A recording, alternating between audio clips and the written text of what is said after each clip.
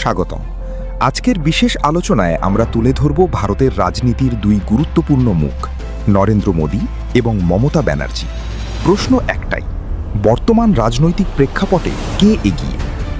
ভারতের রাজনীতিতে বহুদিন ধরেই কেন্দ্রীয় সরকার ও রাজ্য সরকারের মধ্যে ক্ষমতার ভারসাম্য নিয়ে আলোচনা চলছে।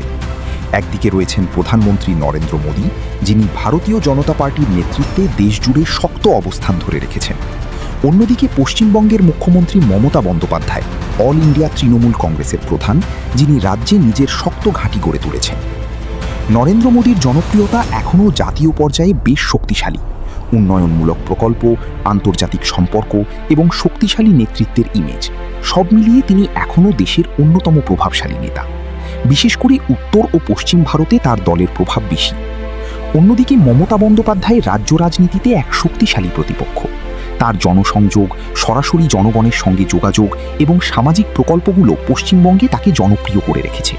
তিনি নিজেকে জাতীয় স্তরেও বিকল্প নেতৃত্ব হিসেবে তুলে ধরার চেষ্টা করছেন। কে এগিয়ে? এই প্রশ্নের সরাসরি উত্তর নির্ভর করে প্রেক্ষাপটের ওপর। যদি জাতীয় নির্বাচন হয়, তাহলে মোদীর নেতৃত্বে বিজেপি এখনও এগিয়ে বলা যায়। তবে যদি পশ্চিমবঙ্গের রাজ্য রাজনীতির কথা বলা হয়, সেখানে মমতা বন্দ্যোপাধ্যায়ের অবস্থান এখনও দৃঢ়। রাজনীতি সবসময় পরিবর্তনশীল। জোট, জনমত, অর্থনৈতিক অবস্থা সবকিছুই ফলাফলকে প্রভাবিত করে। তাই কে জিতবে প্রশ্নের উত্তর সময়ই বলে দেবে। বর্তমানে বলা যায় মোদী জাতীয় স্তরে শক্তিশালী, আর মমতা তার রাজ্যে অপ্রতিদ্বন্দ্বী। ভবিষ্যতের রাজনীতি কোন দিকে মোড় নেবে, সেটাই এখন দেখার বিষয়। ধন্যবাদ। আরও আপডেটের জন্য সাথে থাকুন। ব্রেকিং নিউজ 24 চ্যানেলটি সাবস্ক্রাইব করে পাশে থাকুন।